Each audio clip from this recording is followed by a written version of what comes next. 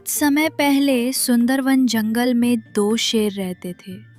शेर खान और गब्बर खान। ये बस नाम के सगे थे, खून का रिश्ता था, लेकिन दिलों में जंग छिड़ी थी। एक तरफ था न्यायप्रिय, मेहनती और दूरदर्शी राजा शेर खान, और दूसरी तरफ था लालच और अहंकार में डूबा गब्बर खान। सुन लो सुंदरवन के सभी जीव जंतु, यह इलाका शेर खान का है और यहाँ के नियम भी शेर खान के होंगे। बरसों से यही रिवाज है कि मांसाहारी जीव शिकार करें तो केवल बूढ़े और अशक्त जानवरों का करें। कभी भी जवान और सक्षम जीव पर पंजा उठाने की भूल मत करना, वरना सजा ऐसी मिलेगी कि आने वाली पीढ़ियां भी याद रखेंगी। हमारा जंगल तभी फल फूल सकता है जब हर प्रजाति सुरक्षित हो। महाराज, मैं हूँ बंटी चूहा। अगर मेरी बात सुनने की इजाजत दे तो मैं कुछ बोलूं? कही बंटी चूहा, कहना क्या चाहते हैं आप, खुलकर बताइए। महाराज, शाकाहारी जीवों की हालत दिन ब दिन खराब होती जा रही है। जंगल की जो जमीन अनाज उगाने लायक थी, उस पर तो आपके भाई गब्बर खान का कब्जा है। बाकी जमीन इतनी बंजर है कि चाहे जितनी मेहनत करें, पेट भरने लायक अनाज नहीं मिलता। महाराज, आज तो किसी तरह गुजर बसर हो रही है, लेकिन आने वाले दिनों में भूख हमारा सबसे बड़ा दुश्मन होगी। बंटी, तुम्हारी बात गंभीर है, लेकिन हर मुद्दे का हल एक ही दिन में नहीं निकलता। आज के लिए इतना कहता हूँ, जितना है उसमें सब गुजारा करो। कल का सूरज नई उम्मीद लेकर आएगा। हम इस पर विचार करेंगे और कोई भी अन्याय, चाहे वो मेरा भाई ही क्यों ना करे, बर्दाश्त नहीं होगा। शेर खान इतना बोलकर चला जाता है और उधर गब्बर खान क्यों रे भेड़िया, इस बार जनगणना का क्या हाल है? कितने शाकाहारी जीव बचे हैं मेरे इलाके में? महाराज, बस एक ही परिवार बचा है, मेमना रानी और उसका छोटा बच्चा। बाकी तो आपके शिकार में सब खत्म हो गए। सिर्फ 1 महीने में ही आपके इलाके में शिकार ढूंढना भी मुश्किल हो जाएगा। ये क्या बोल रहा है तू? अगर शिकार ही नहीं रहेगा तो हम खाएंगे क्या? भूखे मर जाएं क्या हम? महाराज, यही तो आपको पहले सोचना चाहिए था। जब से आप राजा बने हैं, आपने इतनी बेरहम शिकारी की है कि गिनने के लिए उंगलियां कम पड़ जाएं। अब हालत यह है कि आखिरी बचा शिकार भी आपके बड़े भाई के इलाके में भाग गया है। भागेगा कहा? शिकार मेरा है, चाहे वो भाई के इलाके में क्यों ना चला जाए। आज चाहे आसमान टूट पड़े, मैं उस मेमना रानी को खाकर ही दम लूंगा। चल भेड़िया, मेरे साथ। इतना बोलकर दोनों मेमना के पास जाने लगते हैं।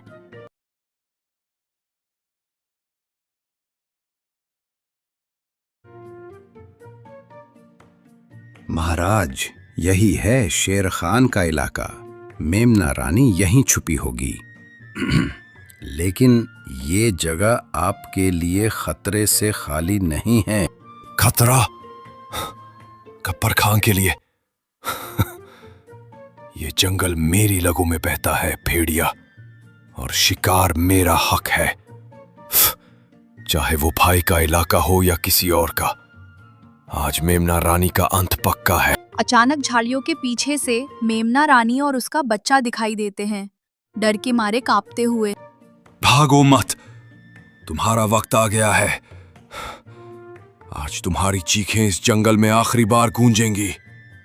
गब्बर खान झपटता है, तभी उसके सामने शेर खान आ जाता है। बस एक कदम और ये जंगल तुम्हारे नाम को हमेशा के लिए मिटा देगा गब्बर। ये इलाका मेरा है और यहाँ मेरे नियम चलते हैं।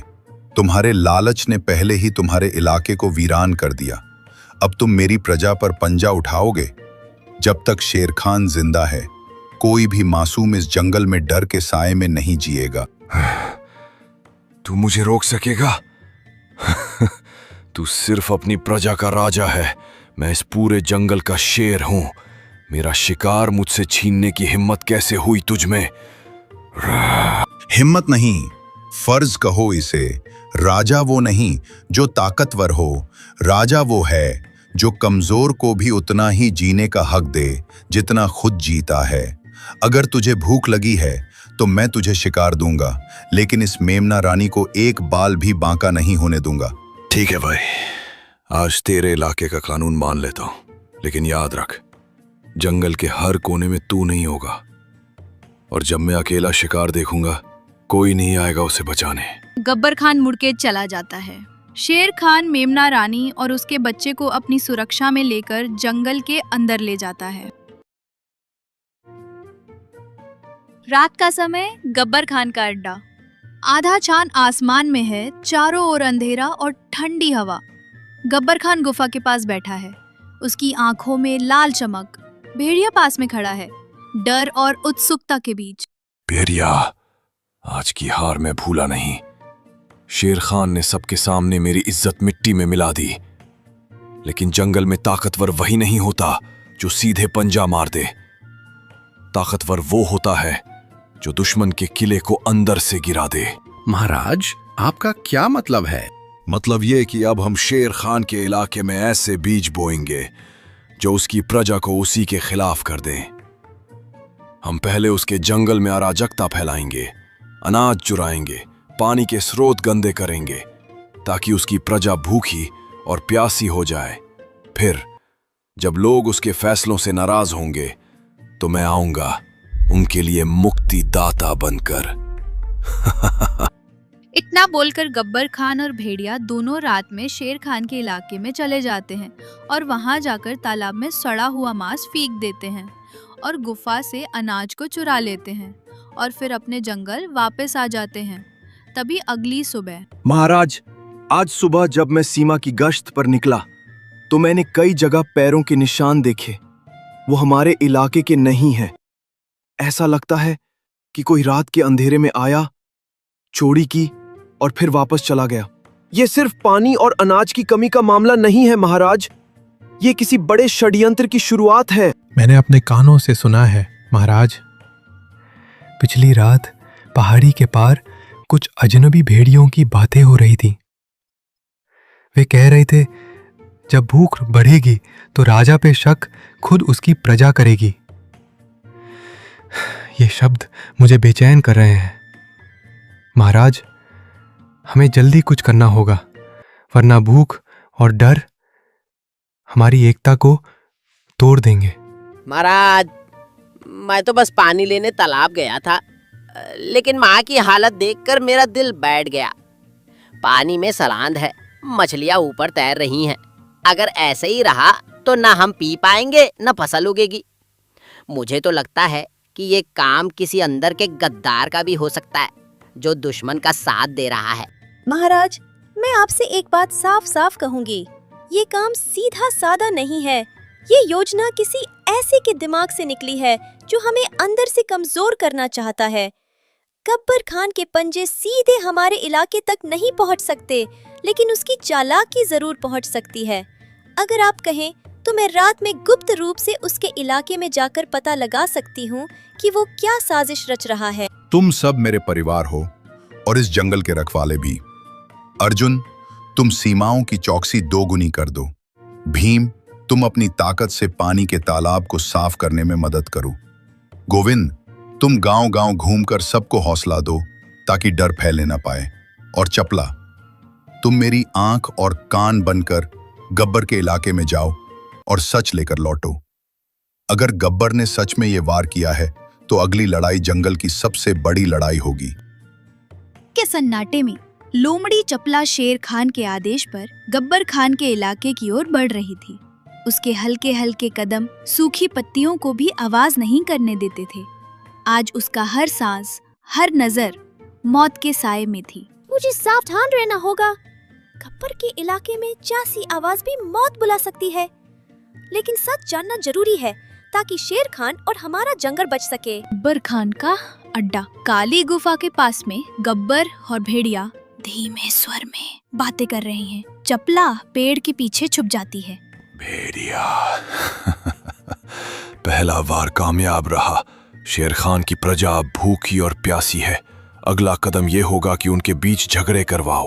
अनाज और पानी के लिए लड़ाई होगी, और जब राजा अपनी प्रजा को काबू में नहीं रख पाएगा तब मैं आऊंगा उन्हें बचाने के नाम पर। महाराज, लेकिन अगर शेर खान को शक हो गया तो? शक से क्या होगा? जब तक उसके अपने लोग उस पर भरोसा खो देंगे, वो कुछ नहीं कर पाएगा। याद रख भेड़िया, शेर को हराने के लिए उसके पंजे नहीं, उसके दिल पर वार करो। चपला ये सुनकर हैरान रह जाती है। उसके कान खड़े हो जाते हैं, लेकिन तभी पास में एक सूखी टहनी टूट जाती है और हल्की सी आवाज गूंजती है। महाराज, कुछ आवाज आई। कौन है वहां? चपला तेजी से झाड़ियों में से निकलकर अंधेरे में गायब हो जाती है। गब्बर और भेड़िया उसका पीछा करने की कोशिश करते हैं, लेकिन वो लोमड़ी की फुर्ती से बच निकलती है। और अगली सुबह। महाराज, मैंने सब सुन लिया है। गब्बर खान हमारी प्रजा को आपसे अलग करना चाहता है। वो भूख, प्यास और झगड़े फैलाकर आपको कमजोर बनाना चाहता है और फिर खुद राजा बनना चाहता है। तो अब समय आ गया है गब्बर की चाल का जवाब उसी की चाल से देने का। हम उसकी सोच से तेज चलेंगे और जंगल को बचाने के लिए हर कीमत चुकाएंगे। चपला लोमड़ी की खबर ने पूरे दरबार में आग लगा दी। अब शेर खान के सामने सिर्फ एक रास्ता था, एक ऐसी योजना बनाना जिसमें गब्बर खान की चाल नाकाम हो और जंगल की एकता वापस लौट आए। सुनो मेरे साथियों, आज हम सिर्फ अपनी हुकूमत नहीं बल्कि पूरे जंगल का भविष्य बचाने जा रहे हैं। गब्बर खान ने सोचा कि वो भूख और डर फैलाकर हमें तोड़ देगा, लेकिन वो भूल गया कि एकजुट जंगल को कोई नहीं तोड़ सकता। अर्जुन घोड़ा, तुम्हारी रफ्तार पूरे जंगल में सबसे तेज है। तुम सीमा पार गब्बर के इलाके के चारों ओर गश्त करोगे और अगर उसकी कोई टुकड़ी हमारी तरफ बढ़े तो तुरंत खबर लाओगे। महाराज, जब तक मेरे पैर में जान है, कोई दुश्मन इस तरफ नहीं आ पाएगा। भीम हाथी, तुम्हारी ताकत हमारी ढाल होगी। तुम अनाज के भंडार के पास रहोगे ताकि गब्बर का कोई आदमी चोरी ना कर सके। महाराज, मेरी मौजूदगी में अनाज का एक दाना भी इधर उधर नहीं होगा। गोविंद गधा, लोग तुम्हें कम आंकते हैं, लेकिन तुम्हारी याददाश्त और सहन शक्ति सबसे बड़ी ताकत है। तुम जंगल के हर घर जाओगे और सबको समझाओगे कि गब्बर की अफवाहों पर भरोसा ना करें। महाराज, जब तक मेरी आवाज पहुंचेगी, कोई भी अपने राजा पर भरोसा खोएगा नहीं। पंथी चूहा, तुम्हारा कद छोटा है लेकिन काम बड़ा। तुम गब्बर के अड्डे के अंदर घुसकर उसकी खाने पीने की चीजें कुतर दोगे ताकि उसकी टोली कमजोर हो जाए। समझ जाइए महाराज, अब गब्बर को दांत दिखाने से पहले दांत साफ करने पड़ेंगे। और चपला, तुम्हारा काम सबसे मुश्किल है। तुम गब्बर के बीच फूट डालोगी। भेड़िए को यकीन दिलाओ कि गब्बर उसे धोखा देने वाला है और जब उनके बीच लड़ाई होगी हम वार करेंगे। महाराज, गब्बर को नहीं पता कि खेल अभी शुरू हुआ है। योजना बन चुकी थी। अब ये सिर्फ ताकत की लड़ाई नहीं थी, ये थी दिमाग, हिम्मत और एकता की परीक्षा। जंगल की सांसें तेज हो चुकी थी क्योंकि गब्बर खान को खबर तक नहीं थी कि शेर खान ने मोर्चा संभाल लिया है। भेड़िए, आज मेमना मेरे पंजे से नहीं बच पाएगा। जो भी सामने आए उसे रौंद देना। महाराज, रास्ता साफ है, लेकिन लगता है कोई हमें देख रहा है। कुछ भी नहीं होगा अब होगी तो सिर्फ मौत, वो भी शेर खान की। चलो। चलो, पहले उसके सूखे मांस के बोरे में छेद कर देता हूं, फिर उसके पानी के घड़े में भी। अब देखता हूं कितने दिन ताकत में रहता है। इधर हाथी और लोमड़ी गब्बर खान के सामने आ जाता है। रास्ता बंद है। अगर एक कदम भी आगे बढ़ाया तो सीधा आसमान में उछाल दूंगा। हज्जा हाथी, वरना तेरे कान फाड़ दूंगा। कोशिश करके देख ले। हाँ, भेड़िए, सुना है गब्बर खान तुम्हारे हिस्से का शिकार खुद खाने वाला है। तुम उसके लिए सिर्फ नौकर हो। क्या वो मुझे धोखा देगा? सोच ले। अभी मेमना तेरे पंजे में आ सकता है, वरना गब्बर सब खा जाएगा। महाराज शेर खान, गब्बर जंगल में प्रवेश कर चुका है।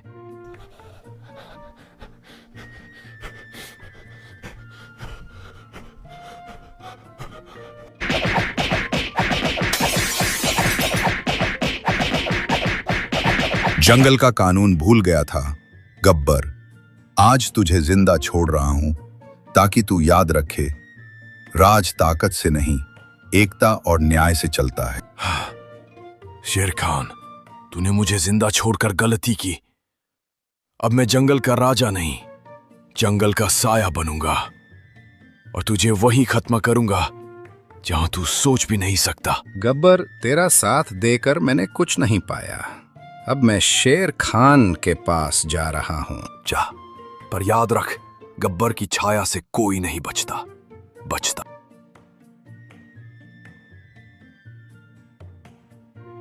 इस जंगल में कोई भी राजा नहीं है, राजा सिर्फ न्याय है। और न्याय कहता है, जो प्रकृति से विश्वासघात करे उसकी जगह यहाँ नहीं। तो दोस्तों, इस तरह शेर खान गब्बर खान को एक और जिंदगी जीने का मौका देता है और फिर सुंदरवन फिर से शांत हो गया। मेमना रानी अब बड़ी होकर जंगल की रक्षक बनी। बंटी, चपला, अर्जुन और भीम सब अपने अपने काम में लग गए।